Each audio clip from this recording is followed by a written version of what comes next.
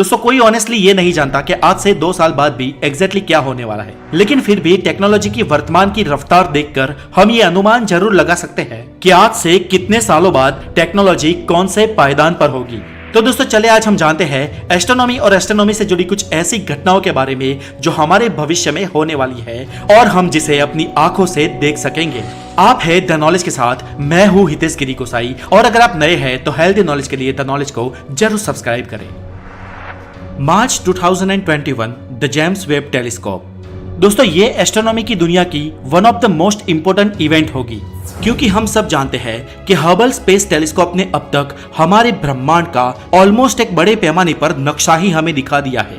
ब्रह्मांड की सबसे बड़ी से लेकर सबसे दूर की गैलेक्सी, सूरज, तारे, निहारिकाएं, रेड जायंट्स या सुपर क्लस्टर्स जैसी चीजें हमें हबल स्पेस टेलीस्कोप के द्वारा देखने को नसीब हुई है। लेकिन दोस्तों the James Webb telescope Hubble से काफी एडवांस टेलीस्कोप होगा। ये टेलीस्कोप ब्रह्मांड के बहुत सारे राज पर से पर्दा हटाने वाला है। ये इतना पावरफुल होगा जो ऐसी कई सारी मिस्ट्रीज को सुलझाएगा जो अब तक हमारे लिए एक पहेली थी।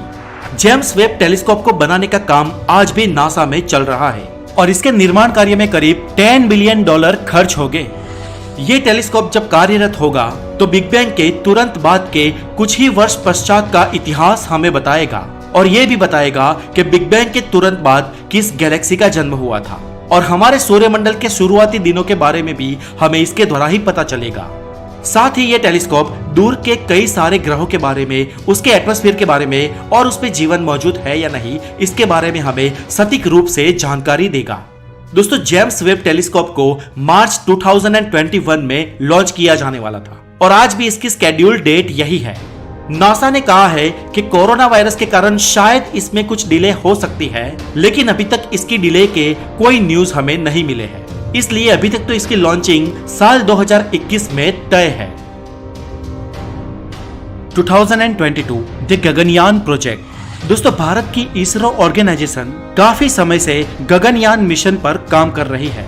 ये गगनयान प्रोजेक्ट भारत का सबसे पहला मैन स्पेस मिशन होगा, जहां पर इसरो हमारे एस्ट्रोनॉट्स को स्पेस में भेजेगी। दोस्तों हमारे इस गगनयान प्रोजेक्ट को रसिया और स्पेन भी सपोर्ट कर रहे हैं और सब कुछ ठीक रहा तो हम 2022 तक भारतीय एस्ट्रोनॉट्स को स्पेस में भेजने में कामयाब हो जाएंगे। इसी साल एलोन मस्क की स्पेसएक्स कंपनी एक मानव रहित यान मंगल पर भेजेगी। इस यान को पृथ्वी से ऑपरेट किया जाएगा और ये मार्स पर ह्यूमन कॉलोनाइजेशन का फर्स्ट स्टेप होगा। यह 2023 Chinese space station will be completed. दोस्तों चीन अपना खुद का स्पेस स्टेशन बनाने जा रहा है और उसका यह दावा है कि साल 2023 तक ये स्पेस स्टेशन बनकर कंप्लीट हो जाएगा और इसकी एक टिकट खरीदने की कीमत होगी 75 करोड़ रुपए। जी हाँ, 75 करोड़ रुपीस में आप स्पेस होटल में 12 दिन तक रह सकते हैं। और इसी साल में यूरोपियन स्पेस एजेंसी जूइस को लॉन्च करेगी। जूइस एक स्पेस मिशन है जो जुपिटर के बर्फीले चंद्रमाओं पर स्टडी करेगा। Year 2025 the first space hotel. दोस्तों हम इंसानों में से कुछ 5 या 6 इंसान हमेशा स्पेस में रहते हैं। कहाँ रहते हैं? तो इंटरनेशनल स्पेस स्टेशन में रहते हैं और ये इंसान एस्ट्रोनॉट्स होते हैं। मतलब कि एस्ट्रोनॉट्स के अलावा स्पेस में जाना अभी आम इंसानों के लिए ओपन नहीं हुआ है, लेकिन ओरियन स्पेन नाम की कंपनी अभी स्पेस होटल बना रही है और उनका कहना है कि वो बहुत जल्द इस होटल का निर्माण कर लेंगे और वर्ष 2025 तक तो यात्रियों को स्पेस की सफर करवाएंगे। और अगर ऐसा होता है तो एस्ट्रोनॉट्स के अलावा पृथ्वी के दूसरे लोग भी स्पेस में जा सकेंगे। लोग जीरो ग्रेविटी का आनंद उठा सकेंगे और इस स्पेस होटल में 1 नहीं, 2 नहीं, 3 नहीं, लेकिन 24 घंटे में पूरे 16 बार सूर्योदय और सूर्यास्त देख सकेंगे। ठीक वैसे ही जैसे ISS में एस्ट्रोनॉट्स देखते हैं, क्योंकि 400 किलोमीटर दूर अंतरिक्ष में जो चीज भी पृथ्वी का भ्रमण करती है उसे 24 घंटे में 16 बार सूर्योदय और सूर्यास्त देखने को नसीब होता है। जाहिर है दोस्तों कि फिर भी ये आम इंसानों के लिए मुमकिन तो नहीं ही होगा, क्योंकि दुनिया के सुपर रिच लोग ही इसकी टिकट्स खरीद पाएंगे। फिर भी अगर ऐसा होता है तो कुछ साल बाद कई सारी और कंपनियां भी इस मिशन में कूद पड़ेगी और हो सकता है कि कुछ ज्यादा लोगों के लिए ये पॉसिबल हो पाए। दोस्तों इसी साल स्पेसएक्स कंपनी अपना दूसरा कदम आगे बढ़ाएगी। अगर 2022 वाला स्पेसएक्स का मिशन सफल होता है तो साल 2025 में एलोन मस्क की स्पेसएक्स कंपनी मंगल पर इंसानों को भेजेगी। शुरुआत में जाने वाले ये इंसान क्रू मेंबर्स हो गए, यानी कि कोई आम इंसान नहीं हो गए, लेकिन प्रशिक्षित एस्ट्रोनॉट्स हो गए जो मंगल पर जाके कई सारी जानकारियां जुटाएंगे और भविष्य में मार्स कॉलोनाइजेशन के लिए क्या क्या जरूरी है इस बात के वहां जाकर आंकड़े जुटाएंगे। ये यान अगर 2025 में पृथ्वी से निकला तो 2027 से पहले पहले वहां पहुंच जाएगा, क्योंकि पृथ्वी से मंगल तक पहुंचने में 150 से 300 दिन तक का समय लगता है और ये डिपेंड करता है स्पेसक्राफ्ट की स्पीड और लॉन्चिंग के टाइम पृथ्वी मंगल से कितना करीब थी इस बात पर। वैसे जब भी ये लॉन्च होगा उस वक्त पहुंचने के टाइम को कैलकुलेट करके सुनिश्चित कर दिया होगा। और अगर इंसान 2027 या मान लो कि उसके कुछ साल बाद भी मार्स पर जाने में सफल हो जाते हैं तो ये इंसानियत के लिए चांद पर पहुंचने से भी बड़ा अचीवमेंट होगा और इंसान रूबरू ये जान पाएंगे कि मार्स पर कैसे हालात है और वहां पर मानव बस्ती बसाई जा सकती है या नहीं। यह 2029 दोस्तों, हमने 2008 एंड 2009 में ग्लीस 581 प्लेनेटरी सिस्टम में 2 रेडियो सिग्नल्स भेजे थे, या यूं कहे कि पृथ्वी की तरफ से 2 मैसेजेस भेजे थे। ये ग्लीस 581 हमसे 20 प्रकाश वर्ष दूर लिब्रा कॉन्स्टेलेशन में स्थित एक पूरी प्लेनेटरी सिस्टम है और हमारे वैज्ञानिकों का ये मानना है कि वहां पर लाइफ होने के स्ट्रॉन्ग चांसेस है। इसीलिए अगर वहां कोई रहता है तो हमने यहां से रेडियो सिग्नल्स भेजे थे और हमारा ये मैसेज ईयर 2029 में उस प्लेनेटरी सिस्टम तक पहुंच जाएगा। और अगर वहां पर कोई लाइफ एग्जिस्ट करती है और वो हमारे जैसी या हमसे ज्यादा विकसित है तो वो भी हमें रिटर्न मैसेज भेजेगी जो उसके ठीक 20 साल बाद हमें मिलेगा। ईयर 2030 इस साल नासा इंसानों को मंगल पर भेजेगी, यानी कि अगर स्पेसएक्स कंपनी इससे पहले मंगल पर पहुंचने में फेल हो जाती है तो मंगल पर सबसे पहले इंसानों को भेजने का श्रेय नासा को जाएगा।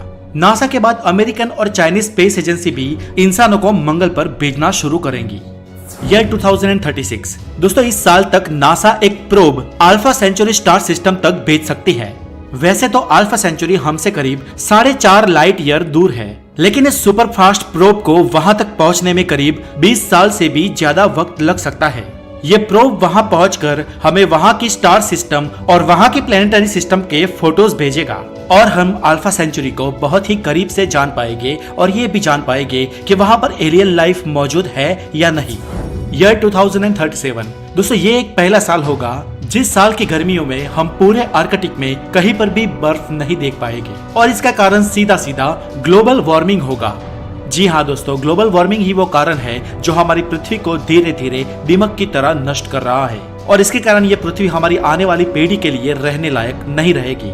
लेकिन सच तो ये है कि ये सब हमारा ही किया धरा है, ये सब हमारी ही महत्वाकांक्षाओं का नतीजा है और इसके कारण भविष्य में ये पृथ्वी हमारी आने वाली पीढ़ियों के लिए रहने लायक नहीं रहेगी और इसीलिए वैज्ञानिक मंगल पर जाने की सोच रहे हैं। सर स्टीफन हॉकिंग ने भी ये कहा था कि इंसानों को अपनी आने वाली पीढ़ी के लिए भविष्य में एक नया प्लेनेट खोज निकालना होगा और इसी कारण आज इंसानियत मंगल पर जाने की पूर्ण जोश से तैयारी कर रही है।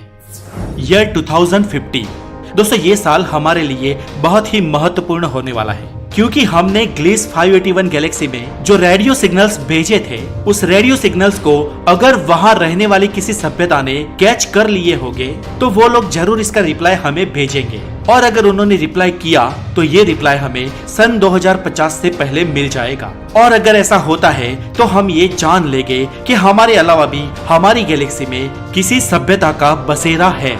इसके अलावा अगर स्पेसएक्स और नासा के मंगल पर पहुंचने के पिछले सारे प्रयास सफल हुए होंगे तो साल 2050 में पृथ्वी से एक बहुत बड़ी स्पेसशिप मंगल पर भेजी जाएंगी और इस स्पेसशिप में पृथ्वी से बहुत सारे इंसानों को मंगल ग्रह पर ट्रांसफर किया जाएगा। मंगल ग्रह को सामान्य इंसानों के लिए रहने लायक तो बना दिया जाएगा, लेकिन दोस्तों यहाँ भी वही बात है जो स्पेस होटल के लिए थी, क्योंकि यहाँ भी सामान्य इंसान से मतलब सिर्फ अमीरों से है। पर फिर भी अगर ऐसा होता है तो ये इंसानियत के लिए बहुत बड़ा कदम होगा क्योंकि ये ह्यूमन कॉलोनाइजेशन की मंगल पर शुरुआत होगी और मानव बस्ती धीरे धीरे मंगल पर ट्रांसफर होना शुरू हो जाएगी। लेकिन दोस्तों फिर भी ये सारी संभावनाएं हैं और ये संभावनाएं साइंटिफिक प्रिडिक्शंस पर आधारित है, इसीलिए इसमें ज्यादातर सच्चाई है और ऐसा हो सकता है, लेकिन फिर भी कल किसी ने नहीं देखा और पृथ्वी पर कुछ भी ऊंच नीच हो जाने से ये सारी संभावनाएं सिरे से खत्म हो सकती है। ईयर 2067 मर्क्यूरी अकल्ट्स नेपच्यून 2065 में वीनस और जुपिटर के आमने सामने आ जाने के बाद यह 2067 में मर्क्यूरी और नेपच्यून एक दूसरे के ठीक आमने सामने आ जाएंगे।